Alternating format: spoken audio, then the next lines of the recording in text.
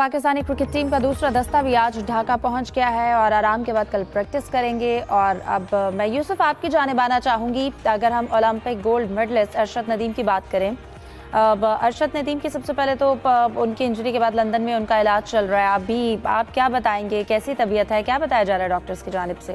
इस वक्त जो इलाज है वो काफ़ी कामयाबी से जारी है। अभी मेरी थोड़ी देर पहले जो उनके कोच हैं सलमान इकबाल भट्ट, उनसे बात हुई है। उन्होंने कहा कि कल जो सर्जरी के हवाले से बात की गई थी, वो सर्जरी अब वो वाली नहीं होती जो यहाँ पर आम एक तस्वर है पाकिस्तान में कि कट लगाया जाता है, लेकिन वहाँ ऐसा वहाँ पर नहीं होता। जदीद मशीनों के साथ उनका इलाज किया जा रहा है और अब वो रोबा सेहत हैं।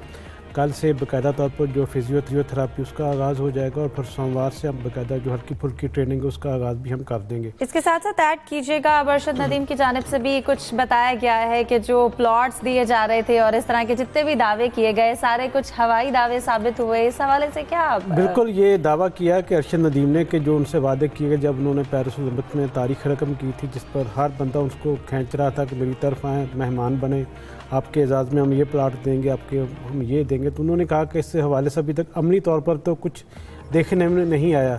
सिर्फ जो गवर्नमेंट की जानब से इनामात थे वही पैसे मिले और ना जो प्लाट थे उसका वादा भी पूरा नहीं किया गया।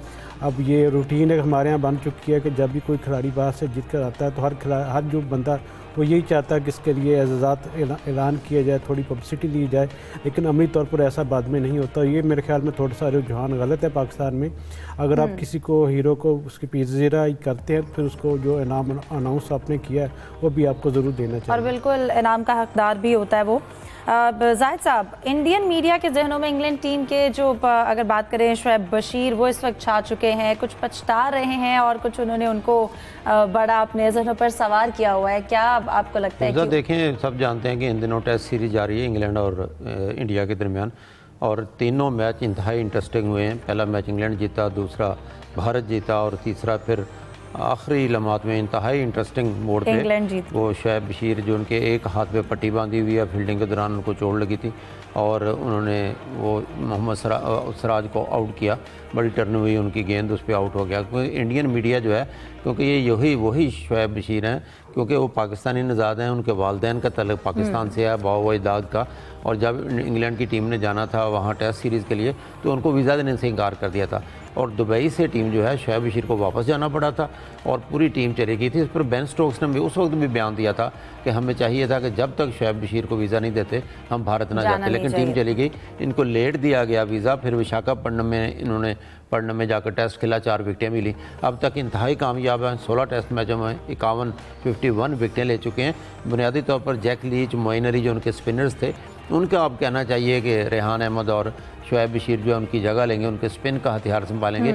लेकिन जैसी विकेट ली उन्होंने मोहम्मद सिराज की, हालांकि आखिरी 4 घंटे रविंद्रा जडेजा, बुमराह और सिराज ने गुजार लिए थे। लगता था एक मौके पर शायद इंडिया जीत जाएगा, लेकिन जो ये विकेट है ये मुद्दतों जो है इंडियन टीम को और इंडियन शायकीन को सताती रही। पहले वाले डिसीजन पे रहना चाहिए था, क्यों दिया वीज़ा?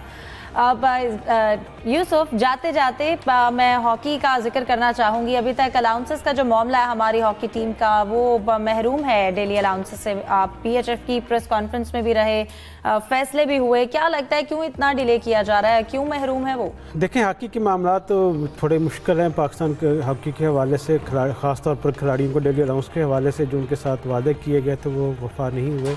ये मेरे ख्याल में PCB का जो PHF हुकाम है उनकी नाअहली है।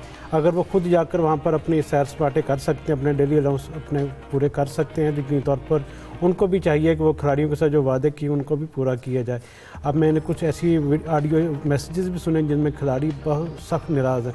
कप्तान मादबर ने तो ये कहा कि मुझे टीम में लें या ना लें, मैं तो अब जो कच्चा चट्टा है वो सारा खुल कर बताऊँगा कि हॉकी फेडरेशन के हुकाम खिलाड़ियों के साथ क्या क्या करते हैं। हमारी वो उनका ये दावा था कि हॉकी के जो हुकाम है वो हमारी बात तक नहीं सुनते। बिल्कुल, खिलाड़ी जो हैं वो इस वक्त काफ़ी गुस्से में हैं। प्रोग्राम का वक्त खत्म हो जाता है। यूसुफ अंजुम हमारे साथ मौजूद थे, जाहिद मकसूद मौजूद थे। बहुत शुक्रिया आप दोनों का। दीजिए इजाज़त, अल्लाह हाफ़िज़।